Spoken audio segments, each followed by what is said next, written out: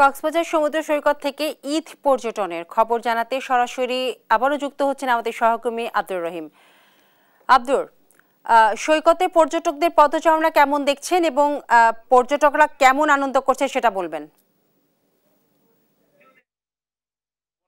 বিপাশা, আসলে আজকে ঈদের দ্বিতীয় দিন কক্সবাজারের পর্যটন স্পটগুলোতে এখনো লোক সংখ্যা যেভাবে আশানুরূপ সেটি এখনো এসে পৌঁছায়নি। গত 2 দিনের যেহেতু আজকে দ্বিতীয় দিন, যেহেতু ঈদের ছুটি 14 তারিখ পর্যন্ত রয়েছে, সেক্ষেত্রে আগামী বৃহস্পতিবার এবং শুক্রবার শনিবার কক্সবাজারের পর্যটকে ভরপুর থাকবে বলে পর্যটন ব্যবসায়ীরা জানিয়েছে। তারপরেও যে পর্যটন স্পটগুলো রয়েছে কক্সবাজারে, সেখানে লাবণী, কলাতুলি এবং সুগন্ধা পয়েন্টের সকাল থেকেই প্রচুর পর্যটক ছিল। এখন যেহেতু রোদের তাপমাত্রা বেশি, সন্ধ্যার আগেই কক্সবাজারের পর্যটকরা সমুদ্র সৈকতে আসবে বলে ব্যবসায়ীরা জানিয়েছে। বিশেষ করে কক্সবাজারের আবহাওয়া যেহেতু ভালো রয়েছে, সেক্ষেত্রে কক্সবাজারের পর্যটন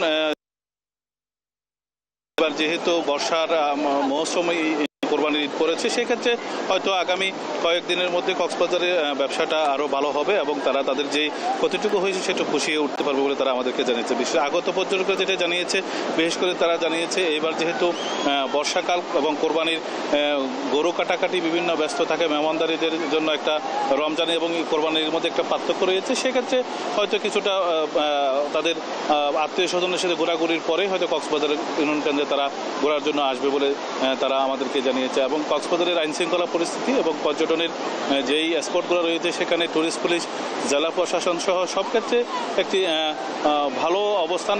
সেটি হলো যে এখনো পর্যন্ত কোনো ধরনের অপ্রীতিকর ঘটনা ঘটে নাই, কোনো ধরনের পর্যটকরা অভিযোগ করে নাই। অন্যান্য সময় অনেক সময় পর্যটক পানিতে ডুবে বিভিন্ন ধরনের দুর্ঘটনার কবলিত হয় এবং সেক্ষেত্রে এবার এখনো পর্যন্ত সেই খবর আমাদের কাছে আসে নাই। এবং কক্সবাজারের যেই অবকাঠামো সহ বিভিন্ন ধরনের উন্নয়ন হওয়াতে পর্যটকদের জন্য বিভিন্ন বিনোদন স্পটগুলো বৃদ্ধি পেয়েছে এবং তারা তাদের পরিবারের প্রয়োজনীয়, যদিও সন্ধ্যাকালীন কোনো বিনোদনের ব্যবস্থা নেই, সকালের থেকে সন্ধ্যা পর্যন্ত গোসল সহ বিভিন্ন ধরনের দাপিয়ে বেড়ানোর পর সন্ধ্যায় যে পর্যটকদের জন্য নাইট কোনো সাংস্কৃতিক অনুষ্ঠান, বিনোদন কেন্দ্র বা শপিং মল জাতীয় এখনো কক্সবাজারে কিছু গড়ে ওঠে নাই।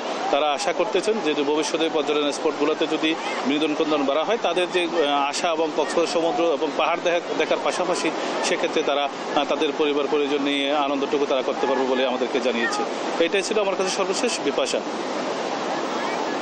আব্দুর, আপনাকে ধন্যবাদ। দর্শক, সৈকতে পর্যটকদের পদচারণার বিভিন্ন তথ্য আমাদেরকে জানাচ্ছিলেন আমাদের সহকর্মী আব্দুর রহমান।